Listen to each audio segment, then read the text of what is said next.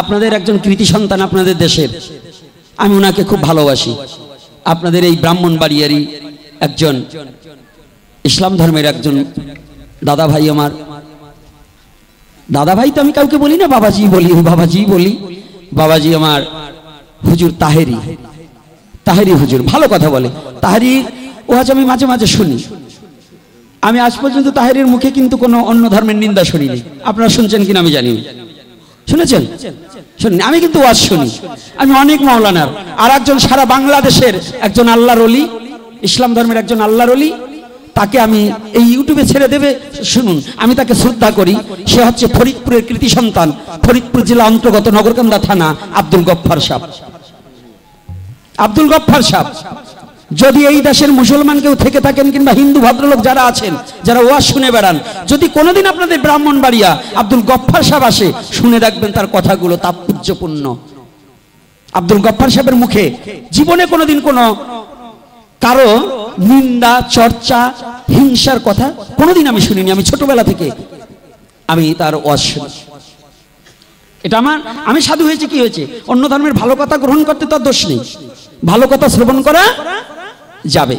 আর আমরা পরস্পরে হিন্দু মুসলমান সবাই এক জায়গায় বসবাস করি, আমাদের হিংসা বিদ্বেষ করা ঠিক না, নাকি ঠিক? ঠিক না।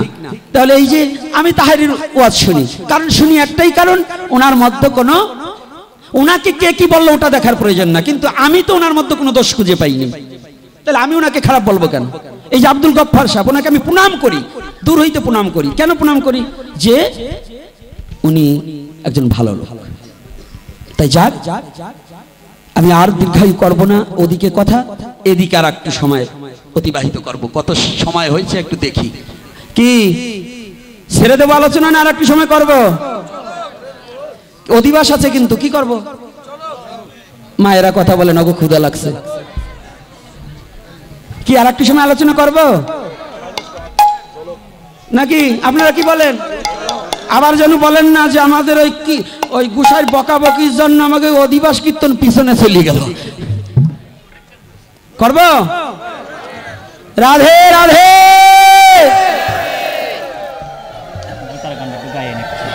দেবান তো ভাবছেন কি, এই না থাক, আজকে ছাড়িয়ে দেওয়ার দরকার নেই নাকি? হ্যাঁ, আর কয় মিনিট? 5 মিনিট না, ওই জোরে 5 মিনিট বলে। করবো 5 মিনিট নাকি আর একটু? না থাক, আর একদিন করবো। ভাবছেন নাকি আমি না বললে যাব? আমি তো দেখলাম আপনাদের লোভ আছে কেমন, আমি কি না বলা জাত? মুখ দেখলেও বোঝেন না যে আমি না বললে যাব না। শুনবার না চাইলে আগামী দিন বাড়ি যেয়ে বলে যাবো, তবু বলবো। ভাবছেন কি, যদি শুনবার না চান বাড়ি যেয়ে বলে আসবো, তবু বলবো, কারণ গৌরহরি পাঠাইছে আমাকে বলবার। বলবো না কেন? সুযোগ তো সবসময় হয় না, হয় কি বাবা?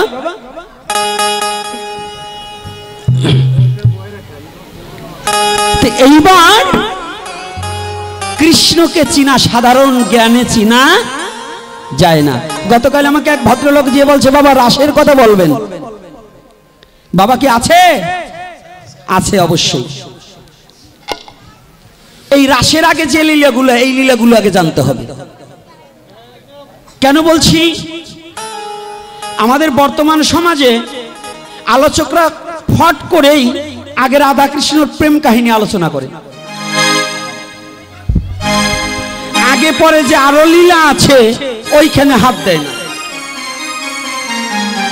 কৃষ্ণ শুধু রাধারানীর সাথে প্রেম করে না। এই মায়েরা দিকে তাকাও, কি হয়েছে? আজকে আমার সাথে দেখা করবে, আজকে আর বাড়ির কথা ভুলে যাও। আর বসে বসে পান চাপাবা না কিন্তু, নাহলে কিন্তু কপালে কষ্ট আছে। কথাটা একটু ভালো করে শুনুন। কৃষ্ণ শুধু রাধারানীর সাথে প্রেম করেনি, অসুর নিধন করেছে, করেনি? তা আগে কি করেছে? অসুর নিধন না আগে প্রেম করেছে? কোনটা? কোনটা? পুতুনারটা শুরু করছে না আগে? তাই কেন পুতুনাকে শুরু করছে? পুতনা, পুতনা কি পুততে নিষেধ করছে? বলছি হিংসা নিন্দা পুতনা। যদি ওইটা ঢুকাও তাহলে তোমাকে শেষ করবে। কে করবে? কৃষ্ণ তোমাকে শেষ করবে। কথাটা ভালো করে বুঝে নিতে হবে। এখন আমরা রাসতত্ত্ব উপলব্ধি করতে গেলে রসবৈশী রাস, রাস কি? রসবৈশী রাস। এই রসবৈশী রসিক না হলে রাসতত্ত্ব আলোচনা করলে, এই যুব সমাজকে রাসতত্ত্ব সম্বন্ধে আলোচনা করতে গেলে ওরা বেবিচারী হয়ে যাবে, রাসের কিচ্ছু বুঝবে না। কেন বুঝবে না? ওই মার্গে আনতে হলে আগের পাত্রটা, যেমন আপনি মাটির পাত্র না পুড়াইয়ে যদি ওই পাত্রে কিছু রাখতে যান, পাত্রটাই গলে আপনার বস্তু নষ্ট হয়ে যাবে। তদ্রূপ ভজন করিতে করিতে ভগবত তত্ত্ব প্রেম উপলব্ধি না করা পর্যন্ত রাসতত্ত্ব শ্রবণ করিলে, আলোচনা করিলে দুইজনই নষ্ট হয়ে যাবে।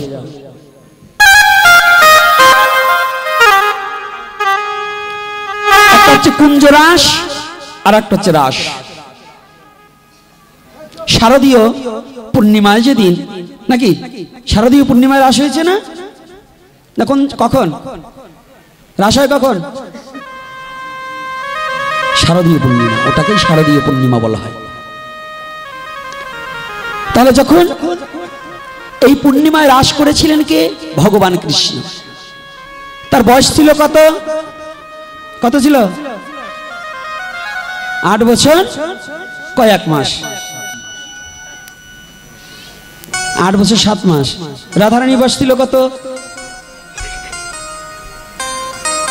কয়েকদিনের আপ ডাউন আছে। আচ্ছা, 7 বছরের একটা ছেলে, ওই 8 বছরের একটা ছেলে, 9 বছরের একটা ছেলে, এদের মধ্যে কি কামের উৎপন্ন হয় বাবা? এই কাম হয়? এখন হয়। এই যে এই আধা কেজি 1.5 কেজি বয় তো বাবা, বয় এই কটা বসান, এই কটা এক জায়গা, এই মাল কটা এক জায়গা জোড়া হইলো কি করিয়ে, এই কটা একটু আলাদা আলাদা বসান। তো কথাটা বুঝবেন, 7 থেকে 8 বছর বয়সের মধ্যে কি কামের উৎপন্ন হয়? এখন হয়। এখন এই হওয়ার কারখানা কারা? আপনারা। অর্থাৎ ছোট বাচ্চাদের হাতে মোবাইল ছাড়া বলে ওরা খায় না। তো ছোট বাচ্চারা যখন মোবাইল চাপা শিখাই দিয়েছেন, আজকাল আধুনিক যুগ, চাপতে চাপতে এমন এক জায়গা ঠেলে নিয়ে দিয়েছেন যে ওই আপনার সে বেশিও বুঝে গেছে। অশ্লীল চিত্র দর্শনে ছাপ পড়ে সব শিশুর মনে। আজকাল আমার মাদারীপুর জেলা অন্তর্গত রাজৌরি থানা কাশিমপুর গ্রাম, এই স্কুলের নাম যেন কি? মেহের আলী হাই স্কুল উচ্চ বিদ্যালয়। তো এই মেহের আলী উচ্চ বিদ্যালয়ে ছেলে পড়ে 6-এ, 7-এ, আর মাইয়ে পড়ে 8-এ। 7-এ পড়া ছেলে আর 8-এ পড়া মাইয়ে দুইজন পালাই চলে গেছে। বলেন তো এর কাণ্ডটা কোথায়? এর মূল গলত কোথায়? এ খাইছে কোথায়? ওই বলতে কি বুঝলো? ছেলে 7 আর মেয়ে 8-এ, বয়সেও একটু ডিফারেন্স, আর এদিকে ওদের বয়সটা কি, পালিয়ে চলে গেছে। এর কারণ হচ্ছে এইটা খাইছেই আপনাদের মোবাইলে। কারণ একটা নারী সম্ভোগ করার স্মৃতিশক্তি আমার মনে পড়ে, আমার 12-13 বছর বয়স হয়েছে, তখনও ল্যাংটা হয়ে স্নান করছি। আর এখন 12-13 বছর, তো 5 বছর ছেলের ল্যাংটা করে স্নান করাতে পারবেন? কই আমার নুনু দেখবে, বলে কি না? এর কারণ হচ্ছে কি, এই যে যন্ত্রটা, এই যন্ত্রটা যেমন উপকারও করেছে তেমন ক্ষতিও করেছে। এই জন্য আমার একটা গান লেখা আছে, আমি আবার একটা ছাড়িয়ে দিছি এই গান। এই গানটার এই কলের একটা গান আছে। হ্যাঁ, এই কলটা কি জানেন? মোবাইল ফোনে নিবে নষ্টের পথে, পথে রে তোরে মোবাইল ফোনেই নিবে নষ্টের পথে। সব দেখে শুনে চুপ করে রই, তবু বুকটা ফাটে রে। মোবাইল ফোনে নিবে নষ্টের পথে, পথে রে মোবাইল ফোনে নিবে নষ্টের পথে, নষ্টের পথে, পথে রে মোবাইল ফোনে নিবে নষ্টের পথে। আর মোবাইল ফোনটি হাতে নিয়ে 10 বছরের মেয়ে I love you বলে আর রাস্তা দিয়া চলে।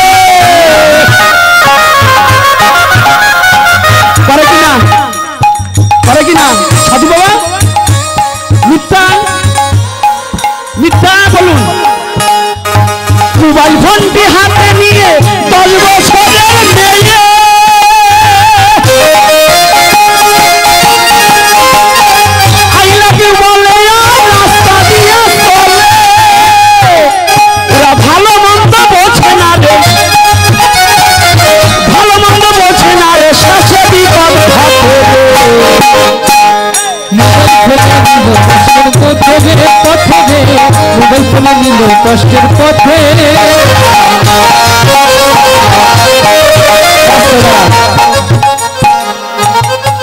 মিথ্যা ঘটে না, ওরা ভালো মন্দ বোঝে।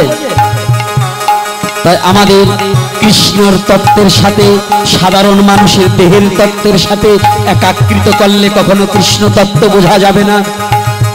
কৃষ্ণ তত্ত্ব নিষ্কাম, সাধারণ মানুষের দেহ কাম। তাই এই সাধারণ কাম ভৌতিক দেহের দ্বারা ভগবানের নিষ্কাম দেহের বিচার করা যাবে না। যখন সে রাসতত্ত্ব করেছিল, রাসলীলা করেছিল, প্রত্যেকটা ব্রজগোপী ভেবেছিল কৃষ্ণ যদি আমার পতি হতো, কত না কেঁদেছিল, কত না সেবেছিল। সেই তত্ত্ব পুরাইতে, সেই মন আশা পুরাইতে শারদীয় পূর্ণিমায় ভগবান কৃষ্ণ বংশীর ধ্বনি করে সমস্ত ব্রজগোপীকে ডাকলেন। বংশীর ধ্বনি করেছে অতটুকু বালক ব্রজে, বংশী বটে বংশীর ধ্বনি করছে। শুনতে পেল কারা? কারা?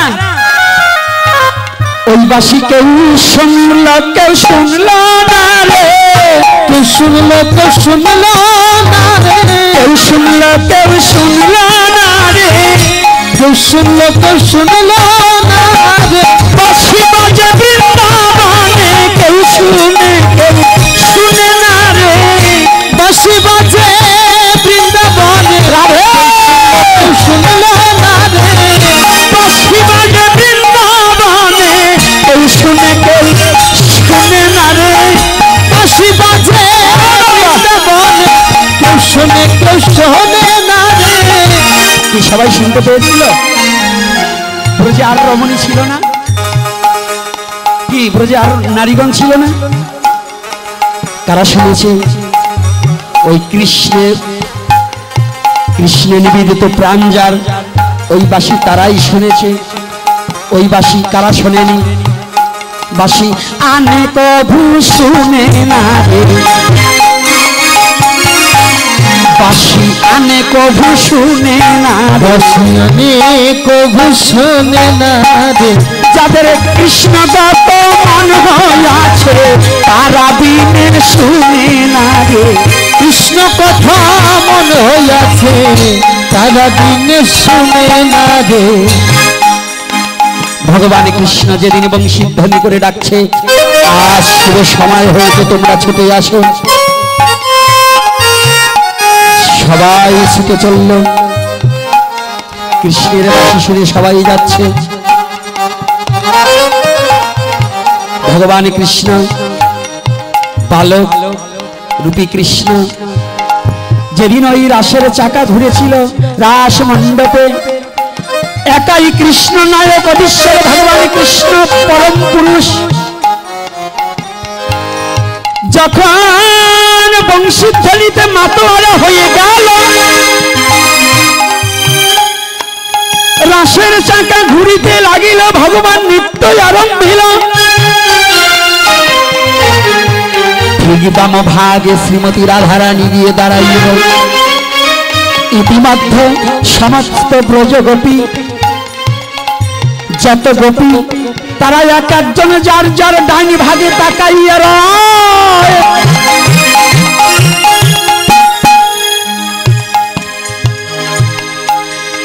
তাকাইয়া তারা সবাই প্রত্যেকের পাশেই একজন একজন করে কৃষ্ণ দেখিবারে পায়।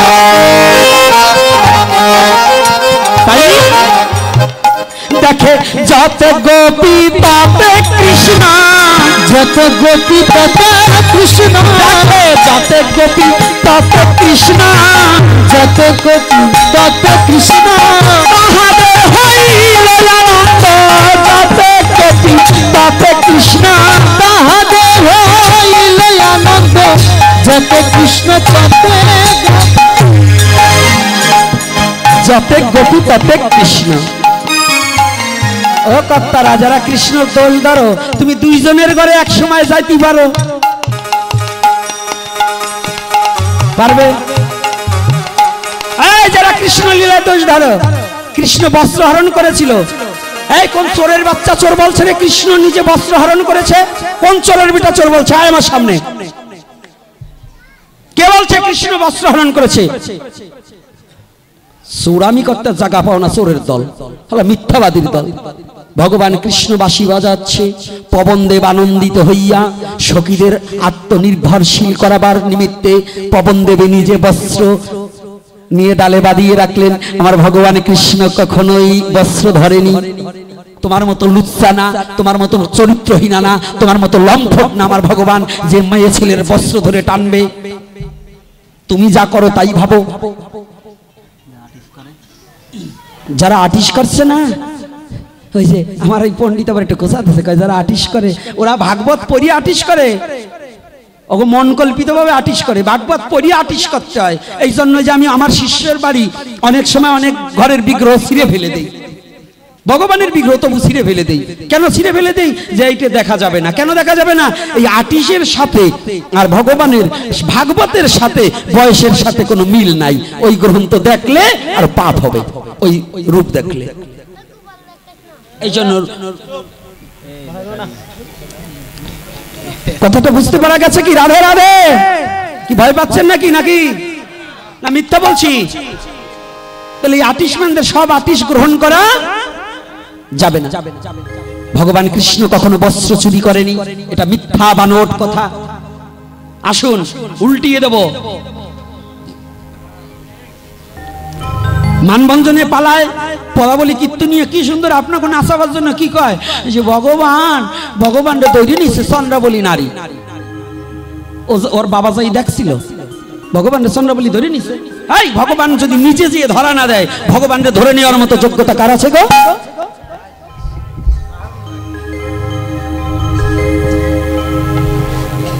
দুর্যোধন চাইছিল না কৃষ্ণকে বাঁধবার? চাইনি? কৃষ্ণকে বাঁধতে পেরেছিল? রাজ্যের সমস্ত শিকল শেষ হলো, কৃষ্ণকে বাঁধতে পারেনি। কৃষ্ণ ভগবান কৃষ্ণ কর্ষণাইতি কৃষ্ণ, আকর্ষণাইতি কৃষ্ণ, এত সহজ।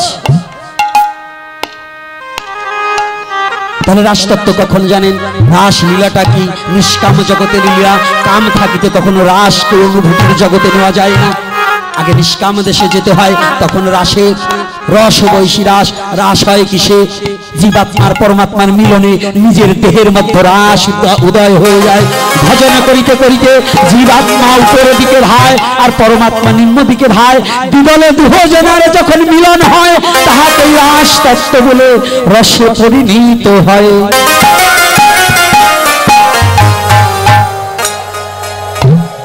উঠাও আর ওনাকে নামাও। দ্বিদলে যদি কিছু মিলে, কোথায় মিলে? দ্বিদলে। অর্জুনকে কতবার বলছে যোগাভ্যাস করো, ভগবান বলেনি? এই যারা গীতা অধ্যয়ন করেন কি বলছে? হ্যাঁ অর্জুন তুমি যোগাভ্যাস করো, করেনি? গীতার মূল তত্ত্ব কি? গীতায় প্রত্যেকটা 18টা অধ্যায়ের মধ্যে বিয়োগ আছে, সব যোগ। যোগ মানে কি? আলাদা বিষয়বস্তু একত্রিত হওয়া, তাহাকে বলে যোগ। বিয়োগ মানে কি? একত্রিত ছিল, আলাদা করা। এই আমরা প্রত্যেকে বিয়োগের দলে, যোগের দলে নাই। বিয়োগের দলে মানে আমার বাবা বিয়োগ করছে, আমার জন্ম হয়েছে, হয় নাই? বিয়োগ না করলে আমার জন্ম হইতো? বাবা যদি যোগে থাকতো তার জন্ম হইতো? অর্জুনকে বলছে অর্জুন তুমি যোগ তত্ত্ব উপলব্ধি করো, আমাকে বুঝতে হলে যোগ করো। তাহলে যোগ কি? যোগ করলে কি হয়? জাগে। যোগ করলে কি হয়? জাগে। কিসে? কেমন করে? এই যে বিল্ডিং করছেন, একটা ইটের উপরে আর একটা যোগ করছেন, তাই তো জাগছে। যদি যোগ না করতেন জাগতো?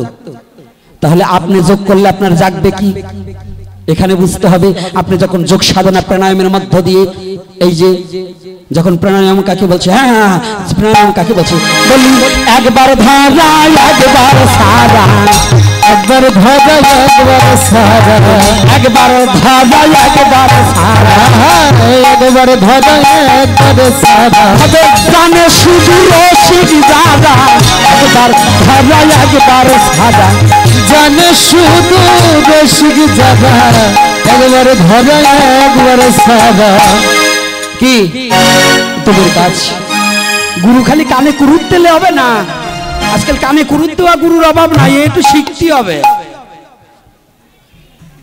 যুবক ছেলেকে রক্ষা করা শিখতে হবে। হাই যুবক ছেলে, তোমার চেহারা থাকবে আপেলের মতো, টসটসা থাকবে, দেখলে সবাই কালা হয়েছে কি হয়েছে, কালো হইলে কি চেহারা কমে যায় নাকি, গার্জিল থাকবে না? আর তোমাদের চেহারা দেখলে মনে হয় বাদুরে চুষা আমের আঠি। কারণ কি, ওই ধরা ছাড়া শিখতে হয়। যদি ধরা ছাড়া শিখতে পারো তাহলে কি হবে, তোমার যোগের হয়তো উদয় হবে, যোগের হয়তো উদয় হবে, তোমার যোগ তত্ত্ব যে উদয় হবে, যোগ তত্ত্ব উদয় হবে, কুলকুণ্ডলিনী জেগে উঠবে, যোগ তত্ত্বের উদয় হবে। তোমার কুলকুণ্ডলিনী জেগে উঠবে, যোগ তত্ত্ব বুঝতে হবে। আজকে বাবা আমি সব বলে বেরোতে তো গুরু করে লাভ কি, টাকা পয়সা আমার বাড়ি পাঠাবেন, কানে দেশে ফিস ফিস মাস গেলে চান্দা দিস, চান্দা দেবেন গুরুদেবের, আর আমি সব বলবো কেন? এইগুলো একটু শিখে জানিয়ে নিয়েন, তাইলে ওই রাজতত্ত্ব উপলব্ধি করা যাবে। বাবা যেন রাগ হয় না, বাবাকে বলছি না, কারণ এটা এইটা বলতে হয় তো, কারণ সবাই শিখুক নাকি বাবা, আমার একার জন্য বলা তো নয়, সবার জন্য। কি একটা কাগজ দেখেন দাও, নাই ওটা বন্ধ হয়ে গেছে। ও যাক যাক যাক, তাহলে আজকে একটা প্রশ্ন করছে আমায় দান, যে বাবা কি একজন ব্রাহ্মণ কি শূদ্রের হাতে খেতে পারে? নাম বলবো না, কে প্রশ্নটা করেছে দান, আমি এটা বলবো না। আমাকে প্রশ্ন করেছে দান, একজন ব্রাহ্মণ কি শূদ্রের হাতে খেতে পারে? না, শূদ্রের হাতে কেউ খেতে পারে না, শূদ্রের হাতে কেউ খেতে পারে না। ব্রাহ্মণই হোক, কায়স্থই হোক আর বণিক হোক, শূদ্রের হাতে খেতে পারবে না। শূদ্রকে, শূদ্র হচ্ছে অজ্ঞ, যার কোনো বিচার বুদ্ধি কোনো জ্ঞান নাই, যার ভালো মন্দ কিছু বুঝতে পারে না, যে শৌচ অশৌচ পাপ বুদ্ধি কিছু নাই, পায়খানা করে কাপড় ছাড়ে না,